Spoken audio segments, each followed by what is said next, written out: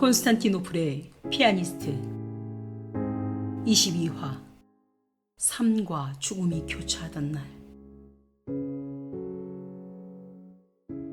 다 찾아봤어? 시녀 두 사람은 고개를 끄덕이며 난처한 얼굴로 유모를 바라봤다. 아니 도대체 어딜 가신 거야? 그렇게 식사를 많이 하고는 산책하고 싶다더니 진짜 나가실 줄이야. 젖먹이 때부터 품에서 키웠다. 겨우 21살 어린 나이에 모성이란 것이 무엇인지 알지도 못할 때 떡니 공주는 자신에게 맡겨졌다. 처음 공주를 안아 올렸을 때 자신의 품에서 새근거리던 모습이 하도 애처로워 눈물이 핑 돌았던 그 애잔했던 기억들이 파편 조각처럼 튀어나왔다. 몸이 약한 데다 공주를 낳고 난 후 산후조리를 잘못해 왕비는 그 후로 침대에 누워 지내는 날이 더 많았다. 더욱 약해져가는 왕비의 건강은 왕실의 근심거리였다. 공주는 어머니 품에 제대로 안겨보지도 못하고 그렇게 유모의 손에 길러졌다. 불쌍한 공주님. 늘 사랑에 굶주린 외로운 들짐승 같은 공주였다. 아무리 사랑을 주고 품에서 어르고 달랜 밤을 숱하게 보냈어도 어머니의 사랑만큼 채워지지 않았나 보다. 정서적 불완전함은 자라면서 점점 난폭해지고 지독히 고집스러운 존재로 자신의 상처를 그렇게 사람들에게 풀어내는 존재로 성장했다.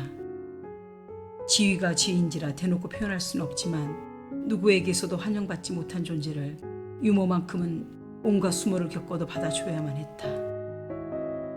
그러나 이곳 콘스탄티노플에 오는 동안 자신이 알던 공주가 아니었다. 그 미묘한 변화를 유모는 놓칠 리 없었다. 도저히 안에서 기다릴 수 없어 밖으로 나갔다. 노심초사 왔다 갔다 서성거리기를 얼마나 했던지 공주처럼 산만하게 제발 아무 일 없기를 바랬다. 이곳은 낯선 곳만이 아니었다. 누군가 덫을 치고 기다리는 먹잇감이 된 것 같은 느낌에다 공주에게 뭔가 위험이 닥칠 것 같은 예감이 더해져 불안하게 만들었다. 유모! 공주님!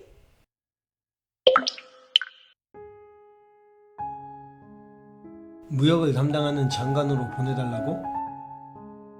중앙 상석에 앉아 아들들을 훑어보고 있었다. 첫째 황자와 둘째 황자는 자신과는 상관없는 일로 부른 것에 따분한 얼굴로 나란히 앉아 있었다. 저는 옛날부터 외교와 무역에 관련된 일을 해보고 싶었습니다. 이번이 기회라고 생각합니다. 이시스는 알고 있었다. 이시스 스스로 황제가 될 가능성이 없다는 것을. 그래서 어느 면에서는 누구보다 자유로울 수도 있다는 것도. 그렇다면 왜 하필 그 많은 나라 중 콘스탄틴 제국이지? 황제는 다리를 꼬며 뚫어져라 막내 아들을 응시했다. 막내 아들 이시스를 바라보는 황제의 눈빛이 착잡했다. 현재로선 콘스탄틴 제국이 모든 면에서 가장 앞선 나라입니다.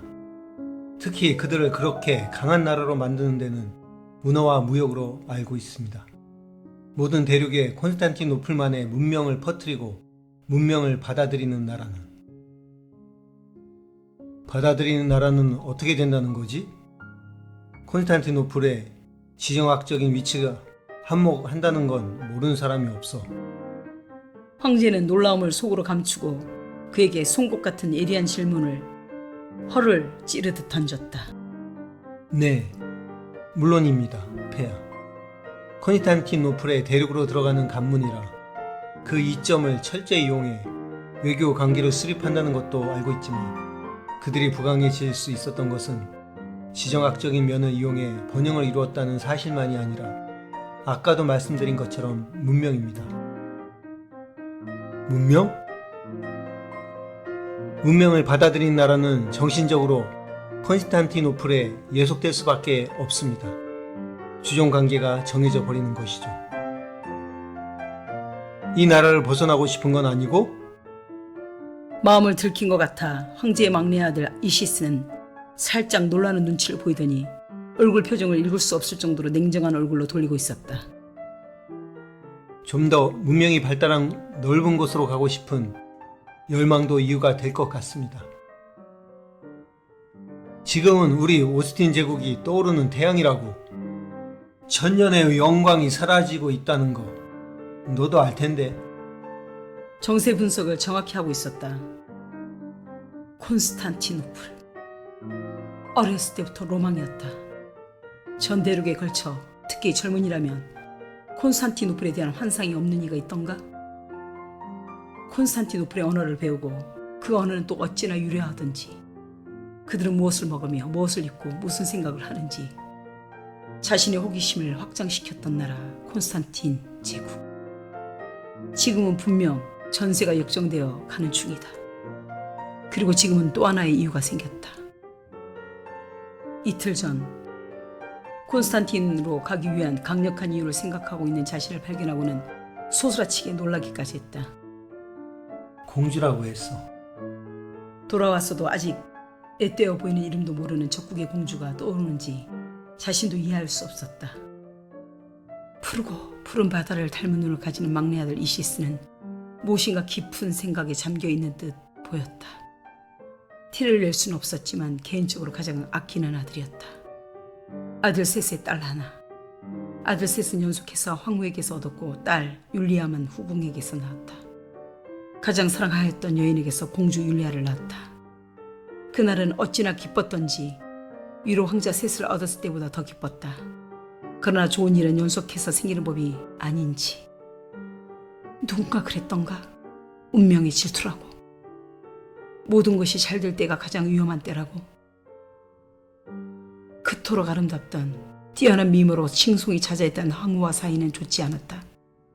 그에게 기쁨과 위로가 되어준 여인은 따로 있었다. 그녀는 그녀 자신을 닮은 딸 율리아를 낳다 말고 죽었다. 난상 끝에 율리아의 울음소리와 함께 한없는 슬픔의 눈길을 보내고는 맥없이 손을 떨어뜨렸다. 오, 잔혹한 운명이여. 너를 거부하고 싶었다. 철없는 10대 아들처럼 극렬하게 저항하고 싶었다. 모든 일은 그날 한꺼번에 일어났다. 삶과 죽음이 교차하던 날, 기쁨과 슬픔이 교차하였다.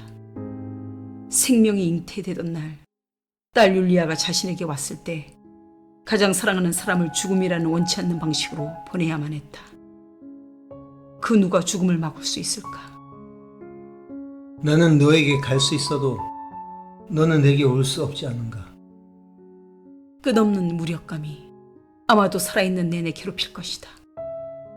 예감대로 황제라지만 사랑하는 사람 하나 지킬 수 없다는 자괴감은 늘 그를 괴롭혔다.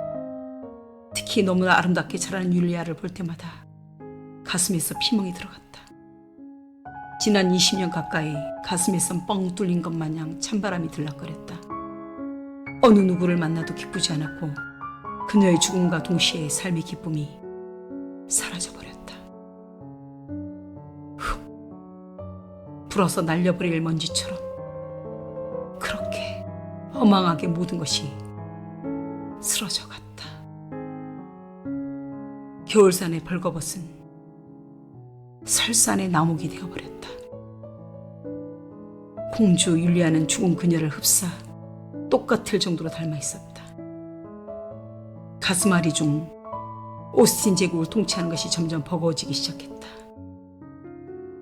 언젠가부터 황제가 아무도 모르게 헤매는 사이 아이들은 어느덧 장성하게 자라 있었다.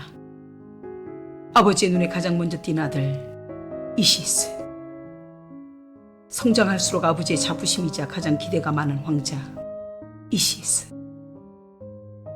총명한 데다 결단력과 추진력, 모든 면에서 지도자 자질을 완벽하게 갖춘 아들. 장자 계승권이 불분율로 내려오는 오스틴 제국. 장자가 황제가 되는 법은 200년이 내려오는 역사 동안 깨어진 적이 단 한 번도 없었다. 이번엔 정말 깨고 싶었다. 황제의 고난으로 법을 바꾸고 싶었다. 첫째와 둘째는 이미 황제가 다 된 양 눈만 뜨면 싸웠다. 막내 이시스는 황위 서열에서 완전히 제외됐다고 생각했는지 겉돌기 일쑤였다. 이번에도 콘스탄티노플 애교 무역 장관으로 보내달라는 요청이 오스틴을 벗어나고픈 구실 때문인 것만 같아 아버지로서 걱정이 되었다. 쌍둥이는 사이가 좋다고 하더니 그것도 다 나름인가? 모든 면에서 자질이 없고 욕심만 가득한 두 아들과 모든 자질이 황제가 되기 위해 모자람 없이 완벽하게 갖춰져 있는 자유로운 영혼의 막내 아들 사이에서 점점 고민이 깊어져 간다는 것을 새벽녘 잠에서 깨어 나라 걱정을 하고 있는 자신을 보며 깨달아가고 있었다. 결혼도 해야지. 23살이면 어린 나이가 아니다. 혼사 말이 오고 가는 집안이 있다는 것도 알고 있을 텐데. 황제는 막내 아들이 도망치다시피 애국으로 나가는 것을 어떻게든 막고 싶은 마음이 한가득이었다. 그러나 두 형들을 피해서 떠나는 것도 지금으로서는 좋은 전략일 수 있다는 생각에 그는 허락하기로 마음먹었다. 좋아. 막내 왕자 이시스를 콘스탄티노플의 외교무역 장관으로 보내기로 허락한다. 폐하, 한 가지 더 부탁이 있습니다. 또 있다고? 그래. 그 부탁이란 것이 무엇이지? 황제라는 것을 비밀로 해주십시오. 기사 단장으로 파견해 주십시오. 두 형들도 막내 동생을 동시에 쳐다봤다. 오호. 그건 왜 그러는 거지? 자유롭고 싶습니다. 귀족쯤 하나로 편하게 배우고 싶습니다. 역시 똑똑한 생각이었다. 그것조차 황제는 마음에 들었다. 두 형들이라면 황자로 못 가서 안달이었을 것이다. 모두가 대접하고 인정하는 자리를 내려놓는다는 것은 결코 쉬운 결단이 아니었다. 누릴 수 있는 기득권을 내려놓고 진심으로 배우겠다는 뜻이다. 다시. 이시스는 다시 검술 연습에 열심히 했다. 깊고 깊은 어머니의 강, 티베리우스 호수를 닮은 눈, 다시. 똑같은 동작을 반복했다. 상대를 하고 있는 기사단 부단장이 땀을 뻘뻘 흘리며 곤욕을 치르고 있었다. 가늘고 길어 부러질 것 같은 새하얀 몸, 목을 감싸고 흘러내리는 검은 머리는 별빛에 반짝이며 흐드러지고 있었다. 공주, 공주, 공주. 별들의 노래가 절정으로 치닫는 신새벽. 그녀의 하얗고 긴 목에 칼을 거누는 새벽. 그녀를 만나고 온 이후 어린 시절 홍역알듯 며칠을 일한 상태가 지속되고 있었다. 23년 인생 동안 처음 겪는 일이라 자신에게 무슨 일이 일어나고 있는지, 그 정체 모를 감정이 자신의 운명을 어디로 이끌어갈지 전혀 알지 못했다. 그림 같은 칼 사위는 멀리서 지켜보는 시종들과 시녀들의 가슴까지 설레게 만들었다. 움직이는 칼 소리와 바람 소리가 한데 섞여 묘한 금속성 소리를 냈다. 흩날리는 이시스의 잿빛 머리가 야생의 늑대처럼 역동적이었다. 하늘로 쭉쭉 뻗은 키. 보통의 사람들은 이시스의 어깨밖에 오지 않았다. 온갖 무술로 단련된 몸은 돌같이 단단한 근육줄로 적당히 햇볕에 걸린 피부색과 완벽한 조화를 이루었다. 땀이 나기 시작했다. 검술 상대를 하고 있는 부단장의 눈빛은 긴장감이 역력했다. 거칠어지고 있는 그의 숨소리와